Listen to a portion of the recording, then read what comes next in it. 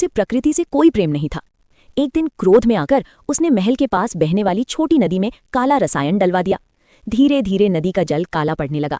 उसमें रहने वाले कछुए, मेंढक और छोटी छोटी मछलियां तड़पने लगीं। नदी के किनारे एक बूढ़ी सी सफेद बकरी घास चर रही थी। अचानक उसे पानी से अजीब सी गंध आई। वो धीरे धीरे नदी के पास आई और देखा कि जल में रहने वाले जीव बेचैन होकर इधर उधर भाग रहे हैं। बकरी का हृदय दया से भर उठा। उसने सोचा, अगर अभी मदद नहीं मिली तो ये सभी जीव मर जाएंगे। वो तुरंत पास के पहाड़ी रास्ते की ओर दौड़ी। चलते चलते वो एक पुराने वट वृक्ष के नीचे पहुंची, जहां एक छोटा सा आश्रम था। अंदर एक शांत मूर्ति विराजमान थी। वो थे श्री कृष्ण। बकरी मूर्ति के सामने बैठ गई। उसकी आंखों से आंसू बहने लगे। उसने मन ही मन कहा, हे पालनहार, आप ही सब जीवों के रक्षक हैं, नदी को बचाइए। वो बिना रुके गोविंद गोपाल का जाप करने लगी। कुछ समय बाद वातावरण में सुगंध फैल गई। हल्की नीली आभा आश्रम में चमक उठी। श्री कृष्ण प्रकट हुए। उनके चेहरे पर करुणा थी।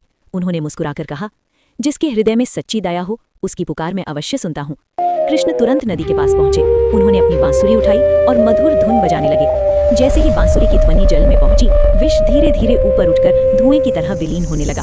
जल फिर से स्वच्छ और निर्मल हो गया। नदी के सारे जीव फिर से शांत होकर तैरने लगे। कछुए किनारे आकर खुशी से सिर हिलाने लगे। मेंढक उछलने लगे। राजकुमारी ये सब दूर से मुझे क्षमा करे, का एहसास हुआ। मैंने अज्ञान में आकर ये पाप किया।